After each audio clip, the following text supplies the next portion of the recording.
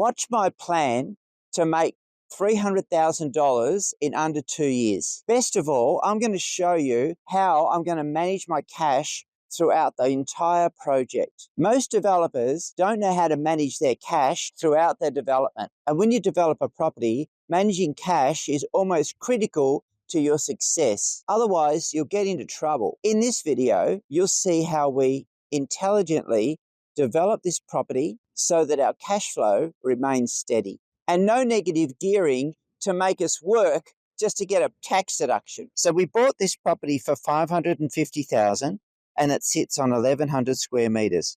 The property is perfect for subdivision because the house is right at the front. We didn't have to spend a small fortune relocating the house, and that meant we had the entire backyard to play with. Our plan is to subdivide the property into 3 lots. And now, this is how thinking through your cash flow is absolutely vital. Most developers would knock down the front house and then build 4 or 5 houses on the whole block. But we are smarter than that because we know that managing cash flow through this sort of project is critical. So our plan is to sell the front house on the reduced size. And you can see here the for sale sign. And the best part is the house is actually on the market for more than what we paid for the block, its entire block size. That's right. By selling the front house, we get 2 rear properties effectively for free. Most importantly, we now don't have any debt. We have effectively created 2 new lots at the rear, which will both be debt-free. Once we sell the front property, here's our plan for the other 2 lots. We've started construction on the other 2 lots here behind the house. We've done our market research and we know that what we're building is absolutely perfect for this area.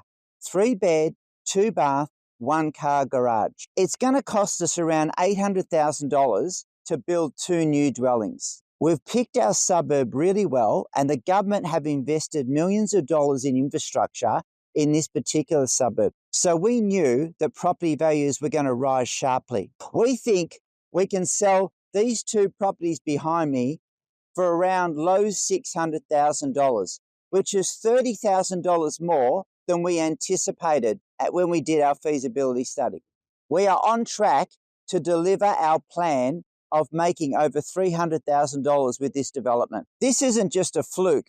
We carefully selected the suburb and we diligently planned for this income. And we research every single development property we do. We reject about 98% of all property development because they really don't have the strong fundamentals that we need. And this property ticked all boxes. Large property with a house that's well located on the block that we can sell. An existing home that doesn't need much or any renovation. Driveways located in the right position. A block that can be subdivided into 3 or more blocks. A strong family area with good infrastructure that makes it appealing to homeowners. A development that will enable us to manage our cash smartly. In this development, we're able to manage our cash really well by selling off the front house and effectively getting the 2 lots for free. Build the perfect houses for the area on 2 new rear lots.